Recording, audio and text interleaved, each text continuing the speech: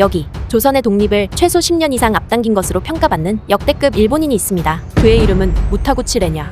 일본의 장성급 장군이었던 그는 멍청한 군인으로 굉장히 유명한 인물이었습니다. 그가 연대장이던 때 자신에게는 공격 권한이 없음에도 불구하고 상부의 보고도 없이 중국을 향한 총공격 명령을 내려 중일 전쟁을 일으켰고, 태평양 전쟁 때는 영국군을 상대로 보급도 제대로 없는 상태에서 무리한 작전을 진행시켜 일본군 8만 명을 증발시켜버립니다. 인팔작전이라고 불렸던 이 전투의 패배는 전쟁의 판세를 완전히 뒤바꿨고, 결국 일본이 패망하는데 엄청난 영향을 끼치게 되는데, 그 수준이 어느 정도였냐 하면 패망 후 전범재판에서 연합군의 승리에 큰 기여를 했다며 그에게 불기소 처분을 내렸을 정도였고, 당시 일본에서는 그를 그 어떤 인물도 단신으로 일본 제국에 이 정도 피해를 입히진 못했다. 라고 평가할 정도였습니다. 이러한 행적으로 인해 무타구치 레냐는 대한민국에서 어둠의 독립운동가 또는 한국 광복군에서 심은 스파이 등으로 불리게 되었고, 일본에서는 일본의 3대 오물이라는 수식어로 불리고 있습니다.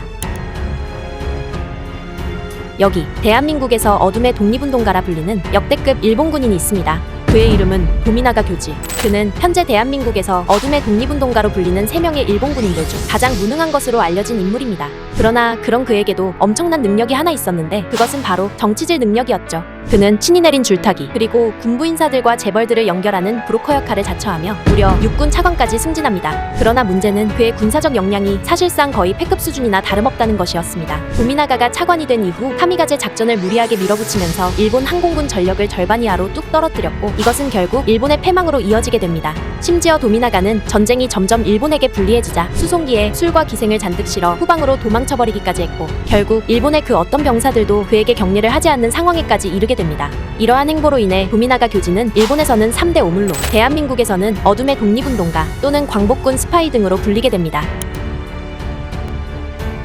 여기 대한이 독립하는 데 가장 크게 기여한 것으로 평가받는 역대급 일본인이 있습니다. 그의 이름은 스기야마 하지메. 현재 일본에서는 일본의 3대 오물로, 대한민국에서는 어둠의 독립운동가 3명 중 1명으로 불리는 그는 일제강점기 당시 일본 육군의 최고 계급인 원수였습니다. 스기야마가 어둠의 독립운동가로 불리는 가장 큰 이유는 바로 미국과의 전쟁을 일으킨 장본인이기 때문입니다. 그는 강대국인 미국과의 전쟁을 부정적으로 바라보던 히로히토 천황에게 진주만을 공습하면 미국은 태평양 제해권을 완전히 잃게 될 것이며, 딱 3개월이면 미국은 정리될 것입니다. 라는 어처구니 없는 소리로 전쟁을 설득했고, 결국 일본이 미국과의 전쟁에 돌입하게 되면서 패망의 길을 걷게 됩니다. 그 덕분에 조선은 약 35년 만에 그토록 바라던 독립을 맞이하게 되죠. 그렇게 일본의 패망과 조선의 독립의 1등 공신 역할을 했던 스기야마 하지메는 대한민국에서 어둠의 독립운동가로 불리게 되었고, 패장들도 자랑스럽게 생각한다는 일본 극우 세력조차 그에게만큼은 쌍욕을 날린다고 합니다.